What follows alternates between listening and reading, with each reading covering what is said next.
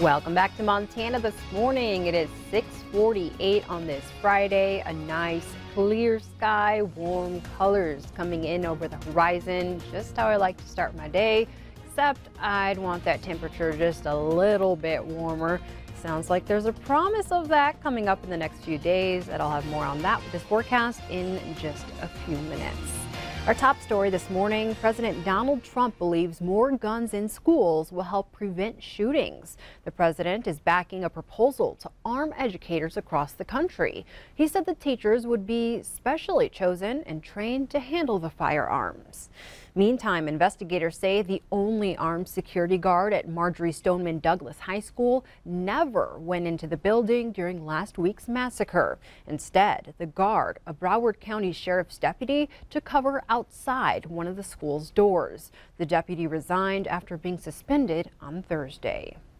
Billings School District 2 Superintendent Terry Bauk weighed in on the issue of arming teachers. In his statement to Q2, he said, quote, "I am a firm believer there is no one simple solution. All ideas, including arming teachers or providing other equipment to school resource officers, would have to be approached with a great amount of research and thought."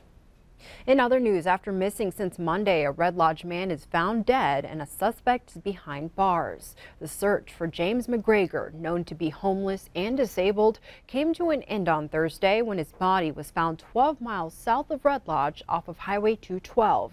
The suspect, Thomas Schifferns, was taken into custody Thursday morning. McGregor had been living at Schifferns' home on 14th Street and Hagen Avenue. A high school friend of Schifferns told authorities he contacted her on Monday and wanted help fleeing Montana, and then said he shot McGregor in the head as he begged for his life. Authorities say Schifferns said he killed McGregor because he was disrespectful and homeless. Schifferns is being held at the Yellowstone County Jail on a $1 million bond. He's set to appear in Carbon County Court next week.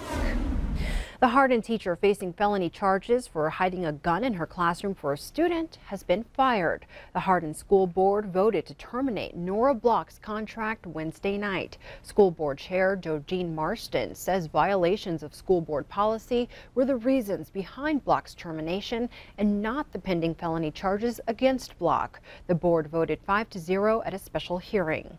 Officers allege she hid a student's gun in her classroom, stored it overnight, and then called authorities the next day. Block is charged with tampering with physical evidence, possession of a weapon in a school building, and obstructing a peace officer. She is scheduled to be arraigned on February 27th. Marston says Block's termination is effective immediately. Well, vandals have struck again at the Stevens Creek holding facility just over a month after the first incident, launching another criminal investigation. Between 9 p.m. on February 21st and 6 a.m. on February 22nd, unknown people purposefully broke fences containing 96 bison. Approximately 73 of them escaped. However, many, if not all of the bison, remained in the immediate area, and most returned to the pen through the same broken fence. These 96 bison had not been processed or tested for brucellosis. Some would have been held for possible quarantine, and others would have been transferred to Native American tribes for slaughter. A collection of healthcare groups are proposing a voter initiative to extend Montana's Medicaid expansion past 2019, and they want to fund it with a $2 per pack increase on cigarette taxes. The measure was submitted for review, and after that's complete, supporters must attempt to qualify it for the November ballot. Montana's expanded Medicaid program is set to expire in June of 2019. In its first 3.5 years, the tax increase is projected to bring in about $2 billion of federal money into Montana. Elsewhere, the James F. Batten Federal Courthouse in downtown Billings was a place for celebration Thursday when 40 new citizens pledged their allegiance to the United States of America.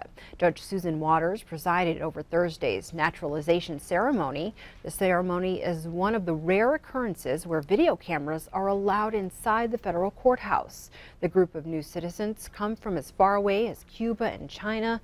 Congratulations to all. The third candidate vying to become the next chancellor at MSU Billings had her day on campus. Dr. Susan Elrod is currently the provost and executive vice chancellor for academic affairs at the University of Wisconsin-Whitewater and holds a doctorate in genetics. Her goal for the university is to bring a shared leadership style, making sure student success is a joint effort between university staff and the community. She also wants to ensure college remains accessible to anyone who wants to pursue a higher education.